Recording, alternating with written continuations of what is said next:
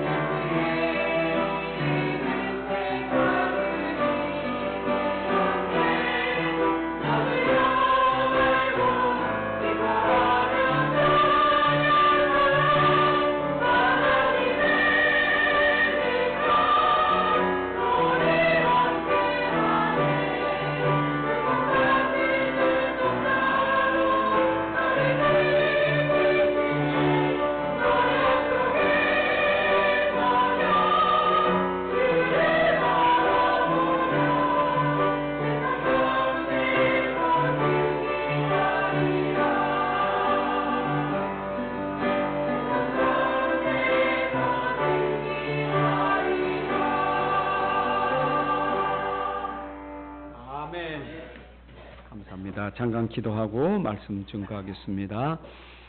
아버지 하나님, 은혜와 사랑을 감사합니다. 오늘도 귀한 예배로 영광 돌립니다. 또 예배를 통해서 이미 우리의 찬양과 기도를 들으신 하나님이 또 말씀의 은혜 주실 줄로 믿습니다.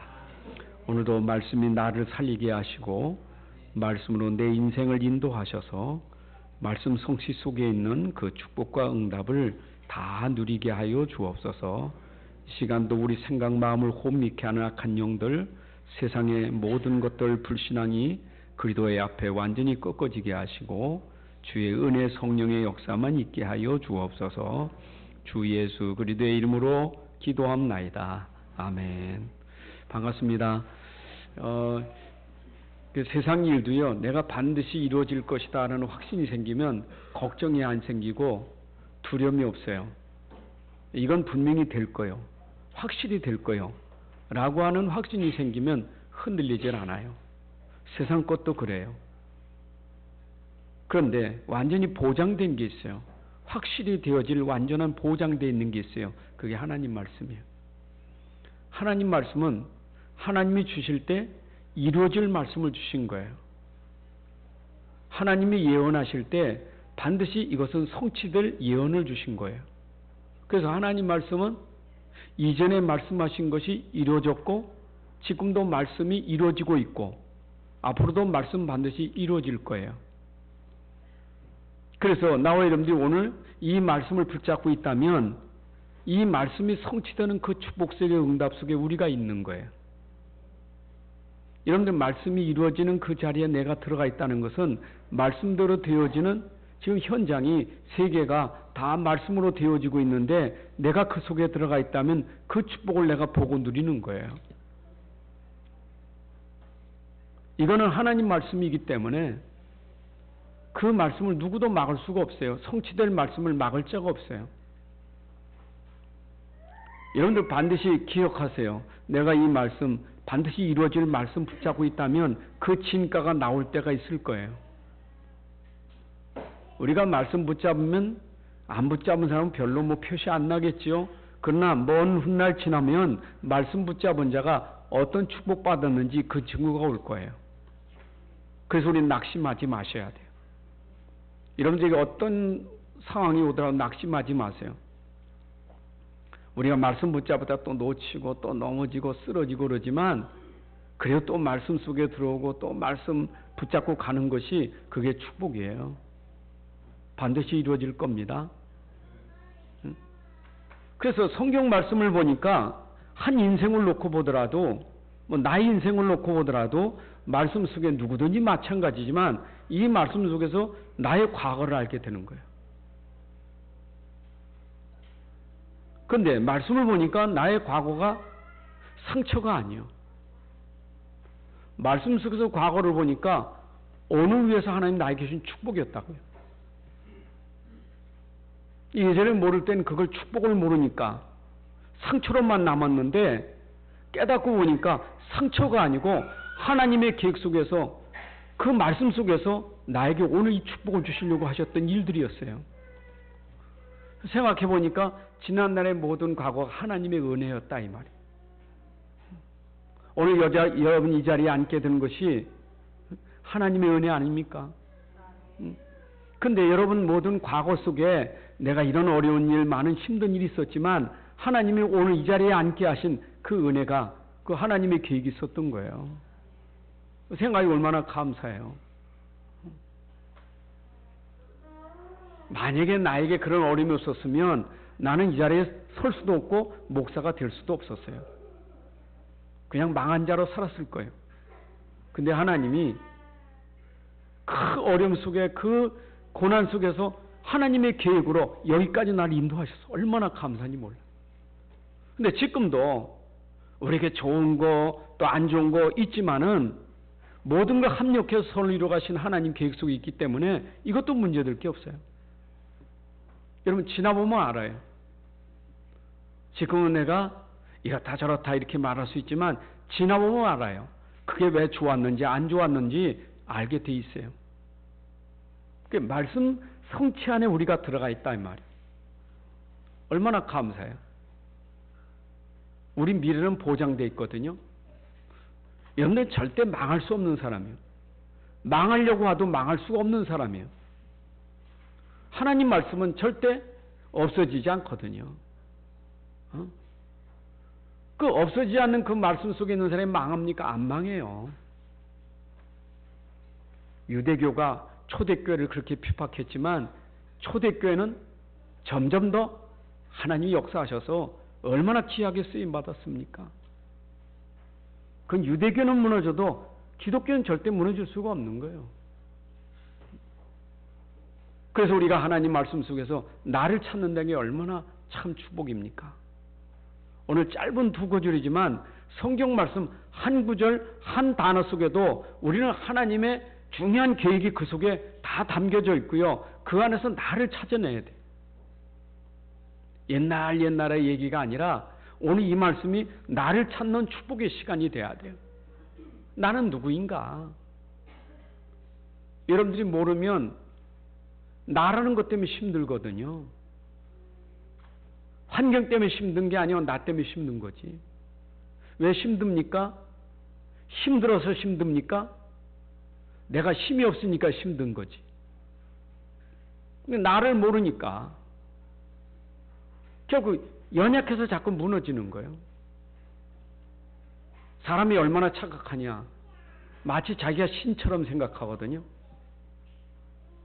나도 하나님같이 될 수 있어. 그게 사단의 속임수 아닙니까? 제가 이번 주에 신문을 보니까 여기 이렇게 글씨가 보입니까? 성철 스님이 쓴 글이에요. 여기 기자가 여기다 써놓은 거예요. 스스로 주인 되면 똥구덩이든 가시밭길이든 그곳이 극락이다. 여러분, 똥구덩이가 극락이면 거기 살아야 되겠죠. 극락이니까.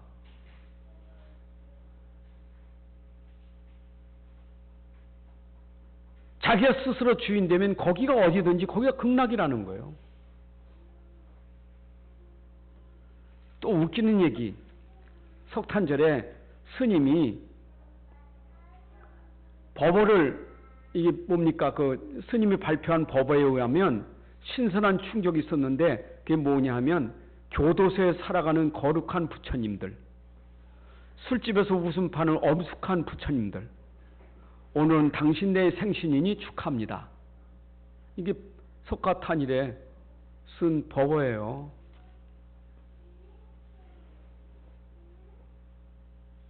여러분, 우리 중생이라는 단어 쓰잖아요. 불교도 중생이 있어요.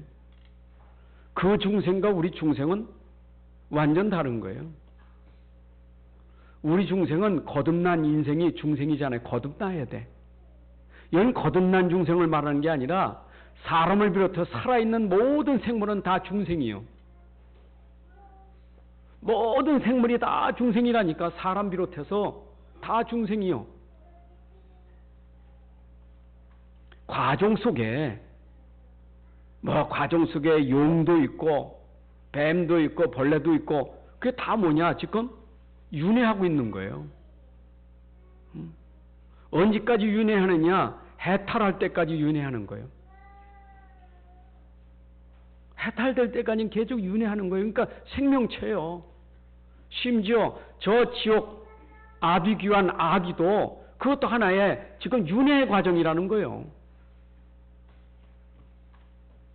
그래서 모든 생물들이 다 중생이라는 거예요.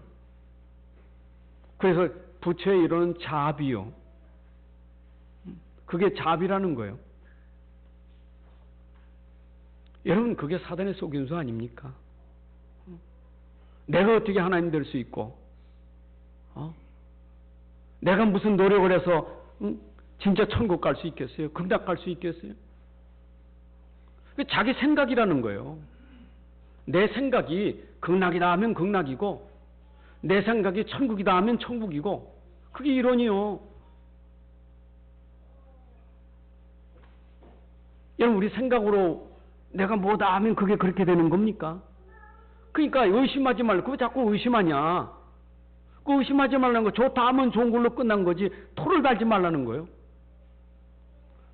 제가 그래서 절에 가서 주지 스님하고 전도하는데 여자 스님 그 주지요.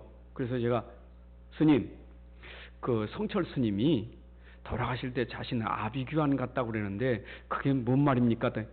그 말장난하지 말라고. 그래 얘기했으면 얘기로 끝나지 왜 말을 토를 닿냐고. 그다 말장난이라고. 말하면 말로 끝나야 돼. 토 달면 안 돼. 내 생각이 그렇다면 그런 거요. 여러분 생각대로 사는 게 축복일까요? 내 마음대로, 내 생각대로. 타치하지 마. 내 마음대로 사는데 왜 타치해? 바로 내가 부처요. 내가 신이요. 여러분, 인생은 주인이 있어요. 내가 주인이 아니요. 우리가 몰랐을 때 나는 내가 주인인 줄 아는데 내가 주인인 줄 알았던 게 그게 너무 힘들고 어려운 거예요. 내 마음대로 안 되지, 내 생각대로 안 되지, 한계가 오지. 얼마나 힘들어요. 인간의 한계 아닙니까? 나의 한계 아닙니까? 나를 넘어 나를 통치하고 나를 다스리고 나를 주장하시는 주인이 오셔야 돼. 인생의 주인은 하나님이십니다. 그 하나님이 우리에게 주인 되시려고 오신 거예요. 그 주인으로 오신 분이 곧 예수 그리스도예요. 여러분, 예수님이 여러분 주인이신 걸 믿으시기 바랍니다. 그래서 나의 주인이며 나의 주인님, 나의 주인님, 나의 주님, 나의 왕, 나의 주인. 그죠? 여러분의 인생 주인은요, 인생 주인, 삶의 주인, 여러분의 주인은 그래도 예수예요.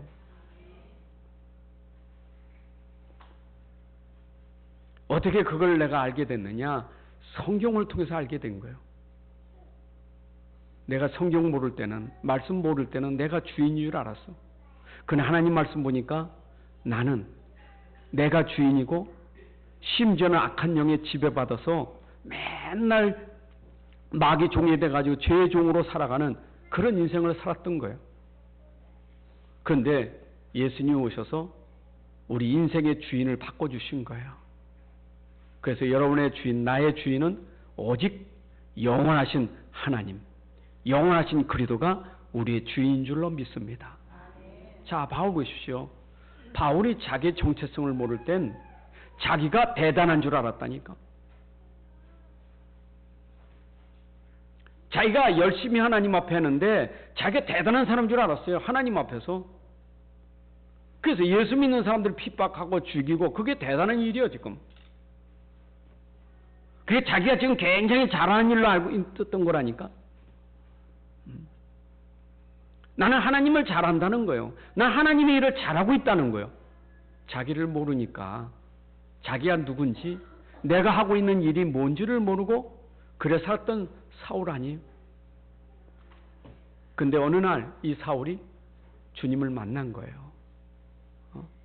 다메섹 도상에서 주님을 만났어요. 그때 완전히 꼬꾸라졌어요. 내가 이때까지는 나를 모르고 내가 최고인 줄 알고 내가 가진 게 최고인 줄 알고 그래 샀는데 내가 이 그리스도를 만나니 내가 바로 거기에 죄인 중에 죄인이요 괴수, 죄인 중에 괴수요. 내가 가진 모든 것은 배설물이요. 내 인생의 주인은 오직 그리스도시다. 바울이 진짜 깨닫고 나니까 그때부터 자기를 설명한 게 아니라 자기와 함께 하신 그리스도를 설명하는 그리스도인이 된 거예요. 세상은요 모르면 전부 자기 자랑 아닙니까? 내 자랑 아닙니까? 힘도 없는 나를 가지고 어떻게 힘없는 사람 살리겠어요? 힘도 없는 내가 힘든 사람 어떻게 내가 구원할 수 있겠어요? 내 자랑으로 사람 살리는 게 아니야. 내 자랑을 어쩐 사람을 더 죽일 수도 있어요. 내가 주님 모를 땐 전부 내 자랑이라. 보세요, 세상 보면 전부 자기 이름이잖아요. 자기 영광, 자기 명예, 자기 자랑 아닙니까? 그래서 세상에 자꾸 자기를 나타내려고 하는 거예요. 온 세계에 자기를 나타내려고 하는 거예요. 내가 세상의 왕이요. 내가 세상을 지배하는 자요. 온 세상에 자기 이름, 자기 영광 나타내는 거. 인생이 끝까지 가는 게 자기 이름 아닙니까? 근데 바울이 깨달으니까 내가 아니라 온 세상에 알려야 될 분은 내 안에 계신 그리스도라 이 말이에요. 그 그리스도가 나를 살렸고 내가 살리는 게 아니라 내 안에 그리스도가 나뿐만 아니라 세상을 살리는 주인이시다. 이걸 증거한 거예요. 여러분, 내가 진짜 제대로 나를 안다면 이제는 나 가지고 안 돼. 나 가지고는 못 살려. 나 가지고 우리 가족도 못 살려요. 우리 형제 살릴 수가 없어요. 우리 착각하면 안 돼요. 내가 살리는 게 아니에요. 난 못 살려요. 아니 같이 사는 부부도 못 살리는데 자식도 못 살리는데 어떻게 남을 살리며 어떻게 민족과 세계를 살릴 수 있겠어요? 그러니까 인생이 어리석게 맨날 같이 있는 사람 넌 나 살려줘야 돼. 네가 나 살려야 돼. 네가 나를 살려야 돼. 전부 살려달라고 하는 거 아니에요? 왜 가정에 불화가 생깁니까? 나 살려달라고.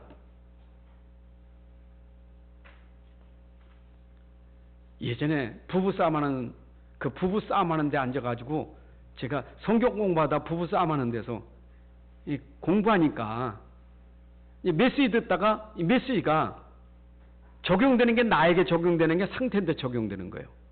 그것 봐. 하나님 말씀이 뭐라 그랬어?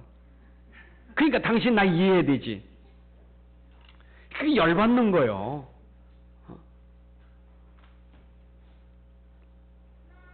불신자는 말할 것도 없고 신자라도 못 깨달으면 계속해서 말씀 인용해가지고 나 살리라는 거지.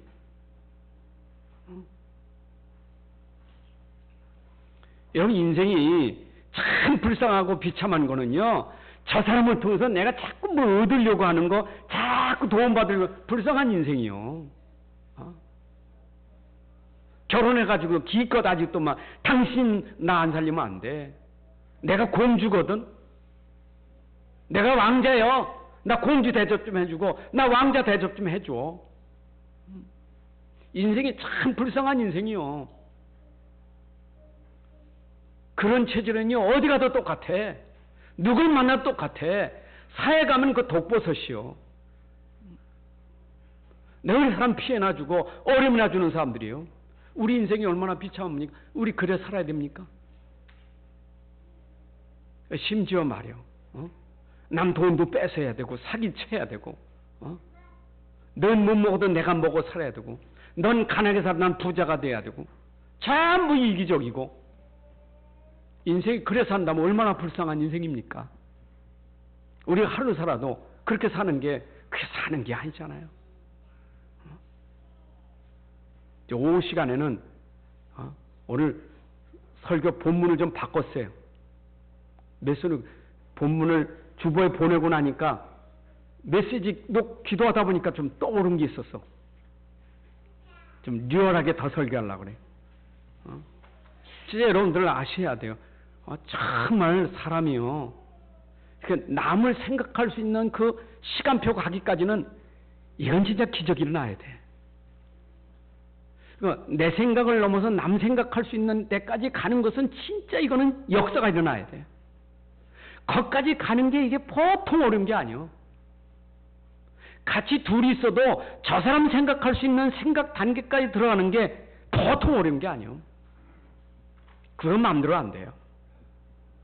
그 이론 아니거든요. 참 하나님의 은혜가 돼야 돼요. 그걸 알아야 나를 찾는 거예요. 여러분 나를 제대로 찾아야 돼. 내가 왜 여기 있어야 되지? 나는 왜 이 집에 살아야 돼? 나는 이 직장에 다녀야 되고 나는 왜 이 나라에 살고 있지? 나는 누군데? 여기 살아야 될 이유가 뭐지? 왜 내가 이 사람들과 만났지? 나는 누군데? 나를 못 찾으면 그 현장에서 나라는 존재는 비참해지는 거예요. 그래서 오늘 자기를 깨달은 바울이 자기를 깨닫게 한 그 말씀 복음을 성경에 기록해서 간증한 책이 바로 바울 서신이에요. 여러분 바울이 편지를 히브리서 포함해서 14권이고 히브리서는 작자 미상이라고 해서 13권을 말하지만 13권이든 14권이든 바울이 쓴 책이거든요. 근데 바울이 쓴 그 편지 속에는 바울이 만난 복음을 증거하고 기록했는데 그게 성경이 된 거예요. 그러면 우리가 바울이 쓴 그 성경 속에서 바울이 말하고 있는 바울이 진짜 중요하고 최고의 가치 여기는 그 내용 말씀이 뭐냐? 지금 바울이 그걸 말하고 있는 우리가 잡아야 돼요. 오늘 에베소서에 바울이 쓴 편지입니다. 근데 이 에베소는 사도행전 19장에 보게 되면 바울이 에베소 지역에 들어가서 3년여 동안 복음을 전하면서 거기서 많은 제자 일꾼을 일으켰어요. 근데 거기는 소아시아 지역의 수도와 같은 거예요. 당시 수도요. 그러니까 상업, 문화, 예술, 철학 이런 게 굉장히 발전된 도시요. 근데 그 도시에 아데미 신전, 여신 신전이 거기 있었단 말이에요. 그러니까 엄청난 신전이 있으니 그 신전의 영향을 받은 에베소 지역이 영적으로 굉장히 어려움이 많았어요. 우상 이런 잡기, 악기, 악령이 꽉 찬 그런 현장에 바울이 복음을 거기서 전해서 거기서 많은 제자 일으키고 에베소 교회를 세우게 된 거예요. 복음이 아니고는 절대 바꿔줄 수 없는 그 현장, 그 우상 현장에 아담의 신전을 향하여 도전하고 복음을 심었던 그 현장, 얼마나 핍박이 많았습니까? 바울은 죽을 뻔했어요. 경기장까지 끌려가서 문매 맞아 죽을 뻔했어요. 그렇게 생명을 걸고 전한 그 복음, 그걸 기록한 것이 이 성경책이에요. 여러분, 바울이 그 세운 교회가 하나둘이 아니잖아요. 고린도 교회, 갈라디아 교회, 에베소 교회, 빌립보 교회, 참 바울을 통해서 이게 전부 세워진 교회 아닙니까? 근데 바울이 그 당시에 복음 전하면서 세울 때는 오직 복음으로 전달돼서 복음을 받아서 할렐루야, 너무너무 감사합니다. 어쩌면 너무너무 좋아서 자기 두 눈을 빼서라도 바울에게 바칠 만큼, 바울이 모자라고 부족하지만 내치지 않을 만큼 바울을 너무너무 사랑하고 너무너무 좋아했어요. 왜냐? 바울이 전한 복음이 너무너무 좋아서. 근데 바울이 간 이후에 소식을 들려주니 교회마다 난리야 난리. 그래 세웠던 고린도 교회는 교회 안에서 내분이 터져가지고 계속 이게 맞다 틀리다 싸우고 있고, 갈라디아 교회 가만히 보니까 거짓 선생들, 유대주의자들이, 율법주의자들이 와서 교회를 자꾸 혼란하게 만드는, 바울은 사도도 아니다, 구원이라는 것은 예수만 믿어도 되는 게 할례도 얻어야 돼, 할례도 받아야 된다, 이런 것이 교회에 들어온 소식을 들으니 바울이 얼마나 화가 나는지 고린도 교회나 갈라디아 교회는 바울의 엄청난 그런 어쩌면 분노가 쌓인, 의분이 쌓인 그런 메시지가 전달돼요. 얼마나 강력한 메시지인지 너무 속상해서, 내가 너에게 전해준 그 복음, 그 외에는 다른 복음 없어. 그때 내가 전해준 그 복음은 완전한 복음이요, 흔들리지 마라. 근데 그 당시에 에베소 교회 주변에 있는 아시아적인 여러 교회가 있었지만 그 주변에 골로새 교회도 있었어요. 근데 골로새 교회는 또 이단이 들어온 거예요. 이단이 들어와서 자꾸 그리스도를 희석시키는 거예요. 그래서 골로새 교회는 오직 그리스도는 다다, 그리스도 안에 모든 게 다 있다, 이 그리스도를 강조하고 있는 것이 골로새 교회예요. 그 교회가 얼마나 중요하냐? 에베소 교인들아, 교회가 얼마나 중요한 줄 아느냐? 근데 교회가 전도해야 되지. 봐라, 나는 아담의 신전 있는 곳에서 이 복음을 전해서 여기 교회를 세웠건만, 지금 교회도 보니까 에베소 교회도 은근히 그 안에 갈등이 생겼어요. 이방인이 돌아온 교인들, 유대인들이 돌아온 그 기독교인들이 같이 이게 갈등이 생겼어. 이방인과 유대인들이 갈등이 생기는 거예요. 그래서 에베소 교회는 교회가 어떤 것인지 교회론에 대해서 말씀하고 있는, 어떤 교회론에 대한 얘기를 많이 하고 있어요. 그래서 여기 설명이 뭐냐? 예수 그리스도는 교회의 머리시다. 교회가 뭐냐? 교회는 모든 지체들이 있는데 그 지체가 그리스도의 몸을 세우는 것이다. 싸우지 마라. 여러분들은 다 중요하다. 다 지체인데 그 지체가 교회, 그리스도의 몸을 온전케 만들기 위해서 세워진 것이다. 왜 싸우냐? 직분 가지고 싸우냐? 은사 가지고 싸우느냐? 주님의 몸을 온전케 하기 위해서 너에게 준 직분인데 전신갑주를 입어라. 그리스도가 뭐냐? 구원의 투구로서 의의 흉물을 붙이고 전부 뭘 설명해요? 그리스도를 설명하는 거예요. 오늘 에베소를 통해서 우리가 이제는 진짜 교회가 어떤 교회가 돼야 되고 참 교회는 어떤 교회인지 우리가 여기서 깨달아야 되겠어요. 여러분, 교회를 바로 이해해야 돼요. 교회는 이상한 사람이 들어온 데가 교회예요. 영적 문제 있는 사람이 들어온 데가 교회예요. 아이고, 교회 참 이상해. 교회가 이상합니까? 사람이 이상한 거지. 이 교회는 참, 왜 이 교회입니까? 사람이 그런 거지. 근데 몰라서 그래요. 그 사람이 모인 데가 교회예요. 오해 더 말씀드리겠지만 교회는 불신자도 와야 되는 데가 교회예요. 안 그래요? 여긴 죄수도 오고 정말 못된 악한 짓 한 사람도 들어와서 구원받을 때가 교회예요. 교회를 바로 알아야 돼. 우린 교회를 모르면 교회에서 나 그 교회 이상해. 그 사람 보면 나 정념이 떨어져. 교회 모르는 사람이요. 그게 또 이제 뭐 위로하느냐고 교회 사람 보고 오냐, 주님 보고 오는 거지. 그게 또 맞는 말 같으면 또 위로도 안 돼. 교회를 모르니까. 이제 우리 교회는 갈등을 넘어서 복음 전해야 돼요. 주의 종은 오직 복음만 사도들이 전해준 그 복음만 말해야 되고, 복음 들은 여러분들은 현장에 복음 가지고 살려야 돼요. 이제는 복음 가지고, 내게 주신 그 복음을 가지고 살려야 돼요. 살리는 도구예요, 여러분들은. 또 복음 말고 복음 놓치고 나나 하다가 복음 놓치지 말고, 지금 내가 본질이 아니요, 나에게 본질은 복음이고 나의 본질은 그리스도지. 나나 하다가 복음도 놓치고 그리스도 놓치고, 그러니까 나나 하다가 결국 무너지는 거예요. 본질이 나 아니에요. 내 안에 복음이죠. 복음 때문에 내가 있는 거예요. 복음 때문에 내가 살아야 될 이유가 있는 거예요. 본질을 놓치면 안 돼요.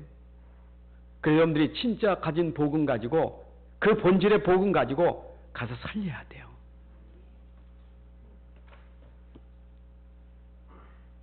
가깝게는 여러분 집에 가서 가족들을 볼 때도 항상 본질이 복음 되셔서 질문하세요. 속상하고 힘들고 어려면 나는 복음인가? 정말 나는 복음의 사람인가? 질문하세요. 내가 정말 복음의 사람인가? 질문해 보세요. 복음은요, 그 속에 내포되어 있는 게 사랑이고 용서고 이해하고 배려고 기다림이고, 그게 복음이에요. 난 정말 복음인가? 난 생각하는 게 진짜 복음인가? 난 말하는 게 진짜 복음인가? 화날 때 한번 질문해 보세요. 갈등이 올 때 질문해 보세요. 나는 복음인가? 정말 내가 복음인가? 그래야 나 살아요. 그래야 함께하는 사람 살려요. 바울은 뭐라고 말했어요? 여기 1대지, 2대지, 3대지 전부 그리스도 예수가 빠지면 아무것도 아니요. 바울에게는 그리스도 예수가 빠지면 아무것도 아니요. 그리스도 예수의 바울, 그리스도 예수의 사도된 바울. 바울의 신앙 간증은 뭡니까? 나가 아니요. 나와 함께 하시는 그리스도가 간증된 것이죠. 바울이 그리스도를 모를 땐 그리스도를 말하는 사람들을 핍박했잖아요. 여러분, 적그리스도가 뭡니까? 적그리스도는 그리스도를 말 못하게 하는 게 적그리스도예요. 예수 얘기하지 마. 그게 적그리스도예요. 무서운 거는요, 예수 얘기하지 마. 그게 무서운 거예요. 야, 그리스도 얘기하지 마. 그게 무서운 거예요. 사울은 뭐예요? 말하지 마. 초대교회 사도행전 4장에 보게 되면 베드로가 안진병 일으켰는데 나사렛 예수 이름으로 일어나라. 예수 이름 일으켰는데 다시는 예수 이름 말하지 마. 그게 적그리스도예요. 그거 말하면 감옥에 넣을 거예요. 죽일 거예요. 그게 적그리스도예요. 근데 바울이 깨달은 거예요. 나를 살린 것은 그리스도인데 내가 그리스도를 말하지 않을 수 없다. 나는 그리스도의 이 복음을 증거하는 사도다.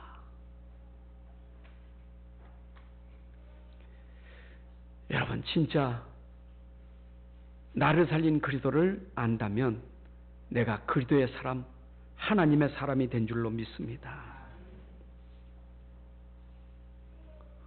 그래서 아나니아가 사울을 만날 때 두려웠어요. 저 핍박자 사울을 내가 만난다는 게 두렵거든요.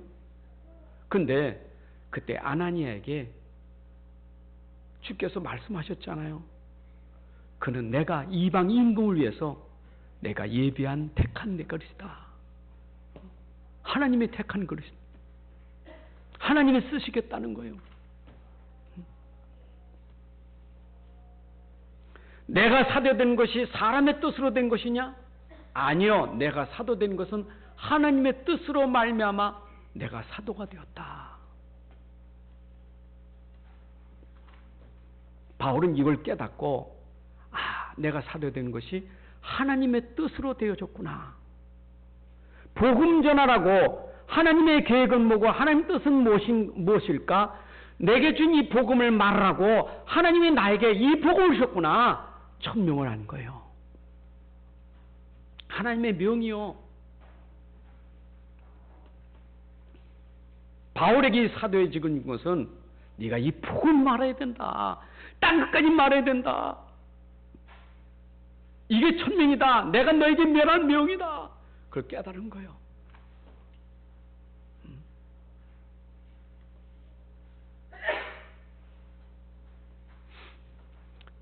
이젠 나와 여러분들의 삶은 어떤 삶이 되어야 되느냐? 하나님의 뜻을 따라가야 되고 하나님의 계획을 따라가야 돼요. 마태복음 7장에도 보게 되면 주여 주여 하는 자마다 다 천국에 들어갈 것이 아니고 내 아버지 뜻대로 사는 자가 천국 들어간다 그랬죠. 그러니까 그걸 또 오해해. 여러분 아버지 뜻이 뭡니까? 진짜 아버지 계획이 뭡니까? 아버지 뜻 계획이 뭘까요? 아버지 뜻 계획은요, 이 말씀 속에 이게 아버지 뜻 계획이에요. 이거 아버지 뜻이 여기 담겨져 있는 거예요. 우리 성경을 놓치고 자꾸 사람이 만든 인위적인 걸 가지고 아버지 하나님 뜻이라고 함부로 말해요. 그러니까 나는 아버지 뜻대로 못 살아서 갈 수 없다는 거지.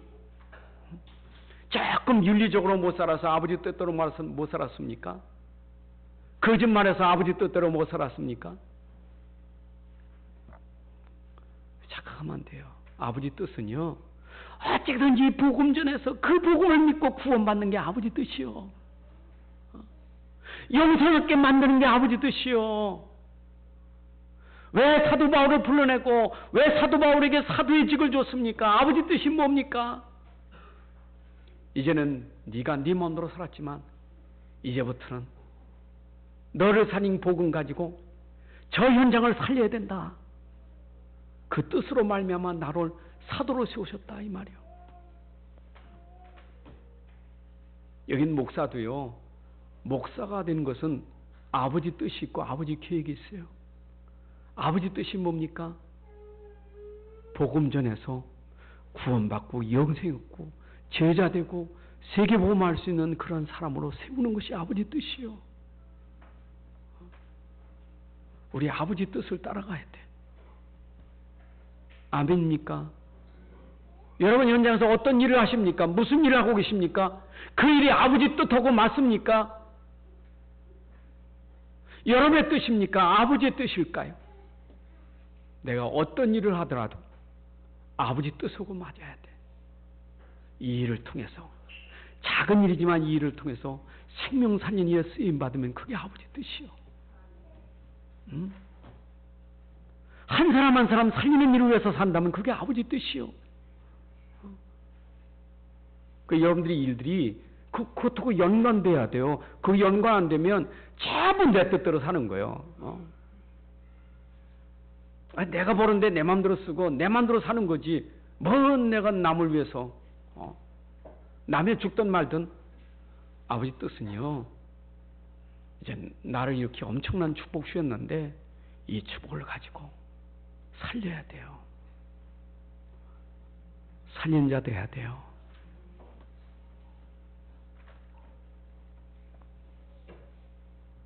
그래서 바울은 그랬어요. 내가 사도의 직분을 받는 것은 디모데전서 1장 12절에 나를 충성되이 여기서 하나님 내게 이 직분을 주셨다. 이미 사울은 충성된 사람이요. 얼마나 충성스러운지 사람 죽이는 일에 앞장서서 다녔으니까 굉장히 충성 사람인데 이 사람이 충성을 제대로 모르는 거예요. 그래서 이 충성된 사람에게 하나님 복음을 넣어주니까 그 복음을 얼마나 충성스럽게 잘합니까? 지금도 현장에 충성된 사람 많아요. 그죠? 사람에게 충성하고 일에 충성스럽고 충성스러운 많아요. 근데 본질을 바꾸면 그 충성이 사람 살리는데 귀하게 쓰임받아요. 그래서 하나님을 항상 쓰실 때 어떤 게으른 사람 가지고 쓰지 않아. 하나님 쓰실 때 나태한 사람 가지고 쓰질 않아. 하나님이 일꾼을 쓰실 때는 가장 중요한 조건이 뭐냐? 충성스러운 사람이요. 참 충성스러워. 여러분, 응? 어부도 충성스러운 사람, 밭을 가는 사람도 충성스러운 사람, 군인도 충성스러운 사람, 하나님이 항상 귀하게 쓸 때는 충성스러운 사람들로 썼다니까. 교회 일도 가만히 보면 진짜 중요한 일하는 사람 원래 충성스러운 사람이에요. 근데 그 충성이 복음 들어가니까 복음에서 얼마나 충성스러운지. 하나님 벌써 아세요. 그래서 우리 현장에 참 사명자가 뜨거운 사람이 있어요. 어떤 데는 잘 모르니까 사울처럼 막 앞뛰고 난리치는데 아직 모르거든. 그 사람이 설명 잘해주면 그거 가지고 일하는 거예요. 아마 저 북한 사람들이 예수 복음이 제대로 들어가면요, 김정은 흔드는 게 아니라 예수 그리스도 흔들 거예요. 눈물 흘리면서. 지금 다른 게 들어가서 그렇지. 바울은요, 나를 충성되이 여기사 나에게 직분을 주셨다. 하나님이 주셨다. 여러분들에게 주신 직분은 하나님이 여러분들에게 주신 직분임을 믿으시기 바랍니다. 왜? 나를 충성되이 여기사 충성하라고, 복음에 충성하라고 하나님이 내게 이 직분을 주셨다. 그렇게 믿으시기 바랍니다. 자, 그러면서 이제 바울이 누구에게 편지 썼습니까? 이제 메시지를 전하는 거예요. 복음 가진 바울이 이 복음을 전하기 위해서 누구에게?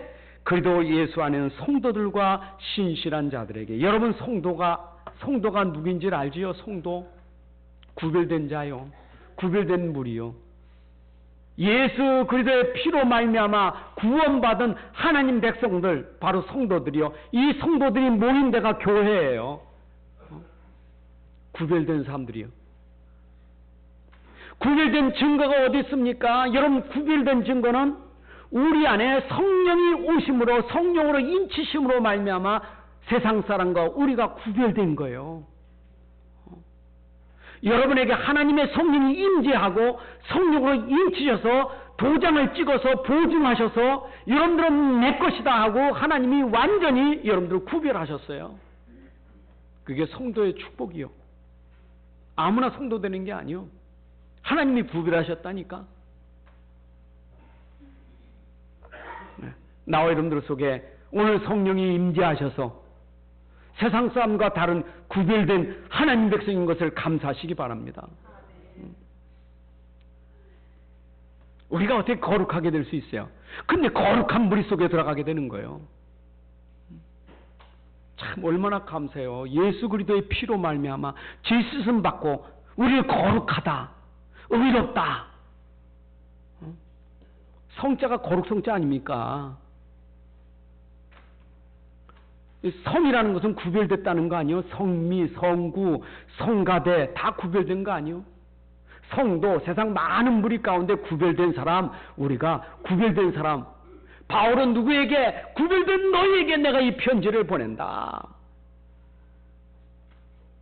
오늘 복음은 누가 들을 수 있느냐? 구별된 하나님 백성이 들을 수 있는 메시지요. 아무나 듣는 게 아니요. 여러분, 진짜 하나님의 성령이 있는 사람이 그 성령으로 이 말씀을 깨닫지, 영이 아니고는 깨달을 수가 없어요. 인도받을 수도 없고. 그래서 여러분들이 진짜 내 안에 계신 성령으로 말미암아 아버지라 부르고 아멘이라 되고 그 말씀을 따라갈 수 있는 거예요. 이게 얼마나 축복이요. 어제도 전도하는데 참 이렇게 전도할 때 보면 젊은 사람들은 다 들어요. 듣고도 다 알아들으니까 알고는 이렇게 사용하는 것도 뭐 참 거룩하게 사용해. 근데 이게 연세 드신 분들은 복음 들으면서 아예 처음부터 들을 생각이 없어. 들을 생각 없어. 들을 생각이 없으니까 들어가지도 않아. 여러분, 진짜 복음이 들어가는 것은 들을 생각도 없는 사람 들어가질 않아요. 그래서 마음을 여사 들을 사람에게 하나님 들어가게 하시는 게 그게 성령 역사요. 누디아의 마음을 성령이 여사 복음이 전할 때, 복음 전할 때 들어갔다 이 말입니다. 그것도 성령의 역사가 아니면 안 돼. 여러분들 오늘도 교회에 나서 하나님 말씀을 듣는 게 참 성령의 은혜인 줄로 믿습니다. 신실한 자들, 세상도 신실한 사람 많아요. 야, 저 사람 참 신실하다. 신실한 단어는 참 좋은 단어예요. 참 사람이 진실하다. 거짓이 없다. 사람이 참 깨끗하다. 참 품행이 깨끗하다. 여러분, 신실은 여러 가지 그런 좋은 단어 아닙니까? 근데 우리가 복음 안에서 신실한 자는요, 디모데후서 1장 5절에 보면 디모데가 어떤 사람이냐? 너는 믿음을 가졌는데 거짓 없는 믿음을 가졌구나. 그게 신실한 믿음이요. 여러분, 오늘도 우리가 하나님의 복음을 들을 때 거짓 없는 신실한 믿음으로 들으셔야 돼. 참 믿음으로 들으셔야 돼요. 신실한 자들, 내가 말하면 그 말이 신실한 믿음으로 들으셔야 돼요. 참 신실하구나. 여러분, 이 믿음에는 열매가 따라요. 그 열매 실자 아닙니까? 참 진짜 열매 실자. 믿을 신자. 진실 신실 그렇잖아요. 그 반드시 따르는 행위가 있다 이 말이에요. 행위와 믿음이 함께 간다 이 말이에요. 그 신실한 자예요. 행위와 믿음이 함께 간다 이 말이에요. 여러분, 진짜 이 복음을 들을 사람, 신실한 자, 믿음과 행함이 함께 따르는 사람들에게 이 복음이 들어가. 신실한 자들에게. 그것도 그리스도 예수 안에서 신실한 자들에게 내가 편지하노니. 여러분, 고린도서 4장 17절에 보게 되면 바울이 디모데를 향해서 내 아들 디모데야, 너는 신실한 아들이라 이 말이요. 디모데를 향해서 네가 신실한 아들이라. 그리스도 예수 안에서 신실한 자들. 이 말은 뭡니까? 신실한 사람은 이미 그리스도로 답을 낸 사람이요. 이미 그리스도를 누리는 사람이요. 이미 그리스도에 대해서 인생을 생을 건 사람이요. 신실한 사람. 변함이 없다 이 말입니다. 여러분들이 진짜 그리스도의 복음을 정말로 믿는다면 그 믿음은 변함이 없어요. 이게 신실한 믿음이요. 변함이 없어요. 어제 믿다가 어제 달라지고 그 신실하지 못해서 그래. 이 사람은 진짜 이걸 믿으니 그래, 내가 이게 답이고 이게 내 인생의 행복이고 그래, 이것이 내가 생명 걸 수 있는 답이요. 이 정도 돼야 흔들리지 않는 신실한 믿음 가진 사람들이요. 에베소 교인들아, 에베소 성도들아, 신실한 자들아. 이 말은 에베소에 있는 성도들, 성경에 보니까 성경에 데살로니가에 있는 성도들, 고린도교에 있는 성도들, 바울이 보낼 때 어디 있는 성도들, 이 시대에 수원 안국교에 있는 성도들, 내가 너희들에게 편지하노니, 이 복음 가진 모든 사람들에게 내가 편지하노니 신실한 자요. 그리스도 안에서 신실한 자요. 그러니 너희가 받은 그 복음 붙잡고 그 믿음 가지고 흔들리지 마라. 여러분, 신실한 사람 되시기 바랍니다. 절대 흔들리면 안 돼요. 진짜 신실한 믿음 돼야 돼요. 미친 믿음 말고 신실한 믿음. 불신자가 너 미쳤다, 그 소리 듣지 말고, 야, 넌 진짜 믿음이 신실하구나. 그게 진짜 신자예요. 그잖아요. 사람이요, 똑같은 단어를 들어도 미쳤다는 소리보다 정말 참 신실하구나. 야, 너는 믿음이 진짜 거짓 없구나. 깨끗하구나. 이게 지금 바울이 얼마나 에베소 교회를 향해서 지금 그런데 내가 너에게 이제 복을 비는데, 하나님 우리 아버지와 주 예수 그리스도로부터 내가 너에게 복을 빌고 싶다. 여러분, 하나님의 축복이 어디서부터 오는 줄 압니까? 위로부터 오는 줄로 믿습니다. 하나님께로부터 오는 줄로 믿습니다. 여러분, 바울이 지금 에베소 교회 향해서 복을 빌고 있습니다. 축복을 빌고 있는 거예요.